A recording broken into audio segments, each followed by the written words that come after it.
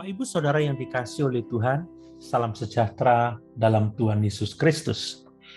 Mari kita merenungkan firman Tuhan dari surat Efesus pasal 3 ayat 16-19. Demikian firman Tuhan.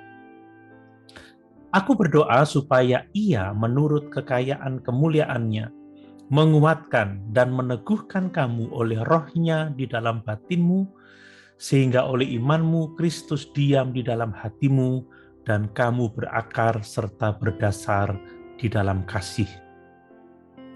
Aku berdoa supaya kamu bersama-sama dengan segala orang kudus dapat memahami betapa lebarnya dan panjangnya dan tingginya dan dalamnya kasih Kristus, dan dapat mengenal kasih itu sekalipun ia melampaui segala pengetahuan. Aku berdoa supaya kamu dipenuhi di dalam seluruh kepenuhan Allah. Dalam ayat-ayat ini, Rasul Paulus menyatakan tujuannya bagi jemaat Efesus. Ia membagikan kepada mereka apa yang didoakannya, sehingga melalui doa itu, mereka tahu apa yang Paulus inginkan dari hidup mereka. Apa yang Paulus inginkan dari jemaat Efesus juga merupakan apa yang Tuhan inginkan bagi kita semua.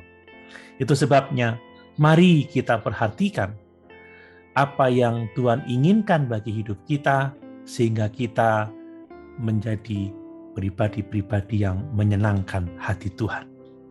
Pertama-tama perhatikan bahwa Tuhan ingin agar kita memahami dan mengenal kasih-Nya, sekalipun itu melampaui pengetahuan kita. Bahwa kasih Allah itu tidak terselami. Paulus mengatakan betapa lebar, panjang, tinggi, dan dalam kasih Tuhan. Nah, kasih yang seperti apakah itu? Yaitu bahwa di dalam Kristus, kita orang yang bukan Yahudi, yang tidak pernah mengenal Allah, melalui Yesus Kristus, kita dijadikan ahli waris, dijadikan anggota tubuh dan peserta dalam janji Allah yang luar biasa. Ini adalah keselamatan kita. Dahulu kita telah mati karena dosa-dosa dan pelanggaran kita, tetapi sekarang kita memperoleh hidup yang kekal di dalam Kristus Yesus.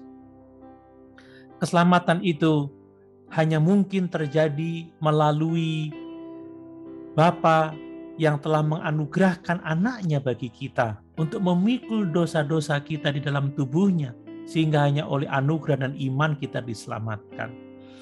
Firman telah menjelma menjadi manusia, dan Yesus telah memberikan nyawanya bagi kita orang berdosa, supaya kita menerima pengampunan dari Tuhan.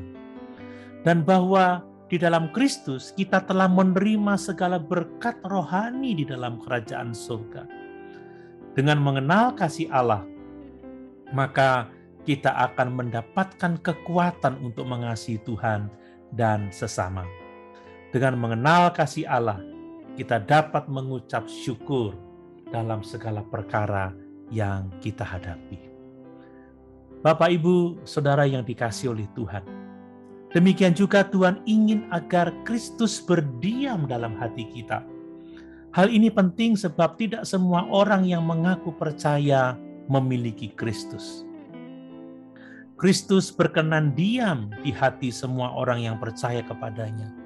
Kristus berdiam di hati mereka yang sungguh-sungguh percaya dan taat.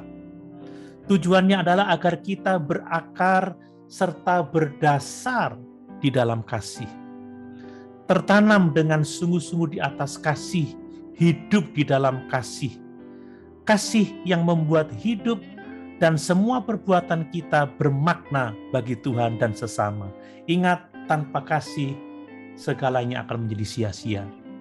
Kehidupan yang seperti ini hanya dimungkinkan kalau Roh Kudus diam dalam kehidupan kita.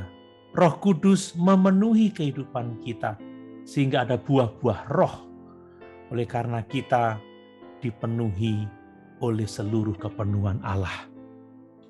Bapak, Ibu, Saudara yang dikasihi oleh Tuhan, Sebagaimana Kristus bertumbuh dalam rahim Maria pada saat dia dilahirkan dan diperkenalkan kepada dunia, demikian juga Yesus berdiam di dalam hati kita. Dia akan terus bertumbuh dan nyata dalam hidup kita melalui perkataan, perbuatan kita. Dimanapun kita berada, kita akan menjadi Bethlehem, di mana Kristus dinyatakan kepada dunia. Bapak, Ibu, saudara yang dikasihi oleh Tuhan, mari kita menjadi seperti yang Tuhan inginkan dalam hidup kita. Memahami dan mengenal kasih-Nya yang tak terselami itu, dan Kristus berdiam di dalam hati kita, supaya melalui hidup kita, Kristus dinyatakan kepada dunia, namanya dipuji dan dipermuliakan. Haleluya. Tuhan Yesus memberkati.